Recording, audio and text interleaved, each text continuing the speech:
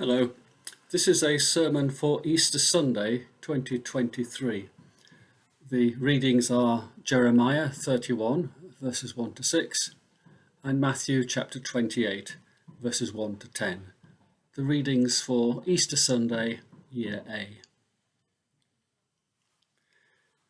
In Matthew's version of the Easter story, Jesus is on the express train to paradise. There is no mention of the upper room appearances of John and Luke, no walk to Emmaus, and even though the prospect of an appearance in Galilee is raised, there is no equivalent of John's story of Jesus by the lakeside. Matthew's Easter story goes with breathless speed towards the conclusion of his gospel, which for Matthew is not the resurrection itself, but the commission to the church to go out to make disciples of all nations. So much for what is absent in Matthew's version. Let us now consider in some detail what Matthew does choose to include in his Easter story. Matthew tells us that Mary Magdalene and the other Mary went to the tomb just as dawn was breaking. There are several theories about the identity of the other Mary, but most scholars believe her to have been the Mary who is also the mother of James and Joses and wife of Cleopas. The most important aspect is that these two women were present at the crucifixion and at the burial and had known Jesus for several years, or in the case of the other Mary, she may even have been related to Jesus. This means that they knew Jesus well. They knew he was dead because they put him in the tomb, and they knew which tomb it was. Matthew does not speculate about the reason they were going to the tomb. He makes no mention of wishing to anoint the body and no mention of any worries about moving the stone. Perhaps they were simply going to offer prayers. Or perhaps Matthew does not want to get bogged down in details. He does not want to muddy his picture by recalling the initial lack of faith and misapprehension among the women and the male disciples. What matters to Matthew was not the time they took to understand and believe, but the fact that they did come to believe. That is the most important thing for Matthew, because their belief forms the foundation of the church. In Matthew's version, the immediate response of the women is a sense of awe and joy as they start the church's mission to go and tell others what they have seen. There is no weeping outside the tomb, no mistaking Jesus for the gardener, no disbelieving disciples or doubting Thomas, no disconsolate disciples walking home to Emmaus. Matthew has no time for all of that. He cuts to the chase. Jesus rose, they believed, the church now passes on their message. The women are told to do three things by the angel: believe, share, and rejoice.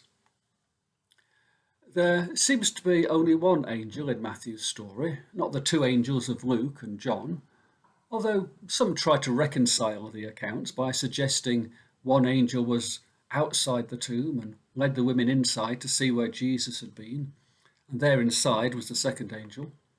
But on the other hand, Mark only has one angel. The essential aspect the Gospels have in common, despite not agreeing on how many angels there were, is that the disciples and the women were shocked, frightened, and bewildered at first. Do not be afraid is a common refrain throughout the Gospels. But who could wonder at their bewilderment and fear? They were witnessing events that had no precedence. And these events completely changed their understanding of the world. Beyond fear and bewilderment comes faith.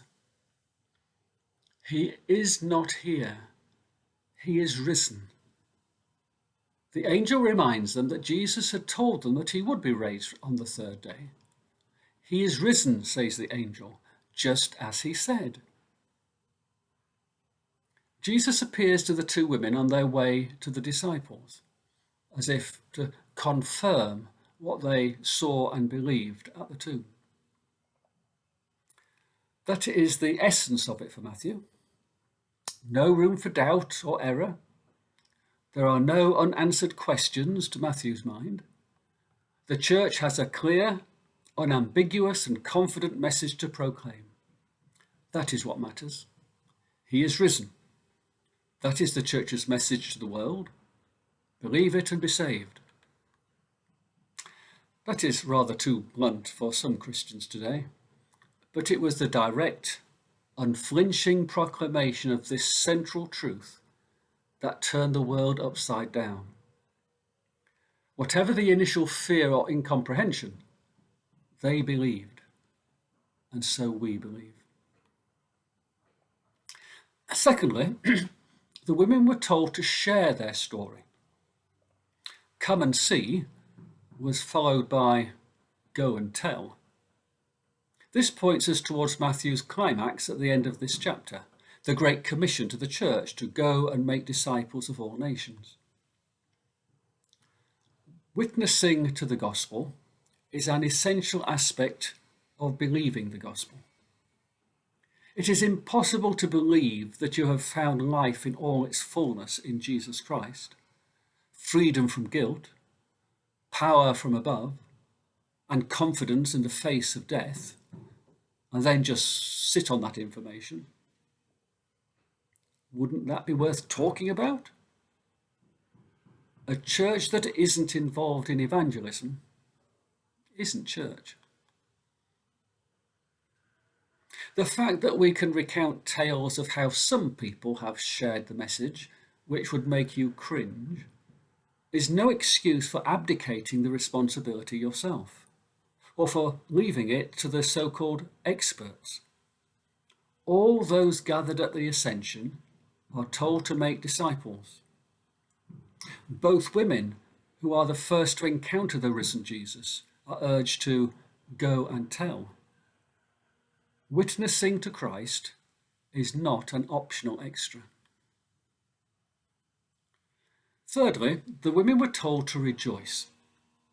Jesus met them and said, "Greetings." That is the translation in my Bible anyway. Our Pew Bible renders it, "Peace be with you." The Greek word actually is chairete, which has often been translated as the archaic hail. But the word actually means rejoice. The greeting was usually reserved for high dignitaries, perhaps even for the emperor himself. To have been greeted in this way shows the importance of the women in their role as the very first witnesses to the resurrection. The women, as we have noted, depart filled with joy. They took the greeting quite literally, must have done. A third Mary was greeted likewise at the Annunciation. If we do believe the Easter story, we have good news to share and every reason to be filled with joy. Now, church life doesn't always fill us with joy, I admit that, but today of all days, Easter day of all days, joy should be filling our hearts. Nothing else can match or mar the joy of Easter. As the hymn says, "This joyful Eastertide, what need is there for grieving?" The compilers of the lectionary have decided not to include the following verses of the chapter concerning the measures taken by the Jerusalem authorities to bribe the soldiers who witnessed the resurrection into silence. This is the first of many attempts after that first Easter to stop the Christian story spreading. They use an act of betrayal to arrest him, false witnesses to condemn him, and bribery to keep the guards quiet about the resurrection. But similar and worse has been perpetrated by others since those days.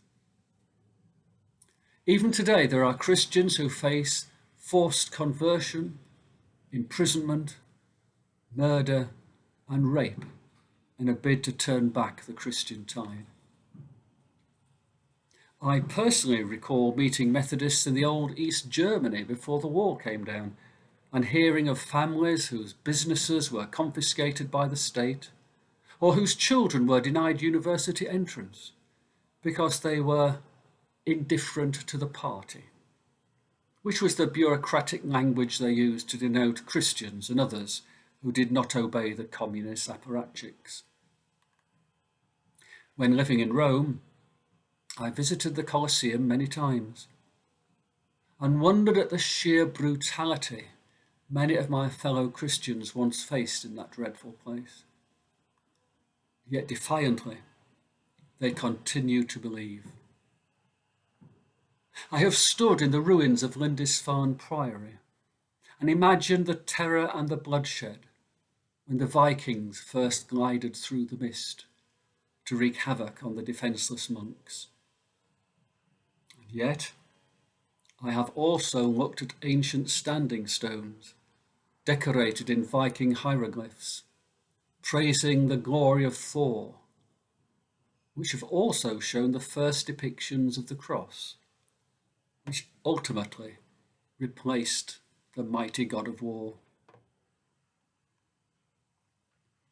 It started on Easter Day over 2,000 years ago with two startled women. The story goes on, and nothing the world has so far thrown at us has been able to silence that story. So how can it be, despite all those battles won, that today's generation of Christians in the West are in danger of singing their resurrection song no more? How can it be that we should falter before the onslaught not of persecution, but of indifference? Let us not lose heart. Let us not lose faith. Let us not lose our joy. Let us not lose our way. For Jesus is with us. His Spirit fills our hearts to spread the story of Easter hope, which the world still needs to hear. May the story go on. Will you help us keep it going in this place? In your place? You have come and heard. Will you now go and tell? Amen.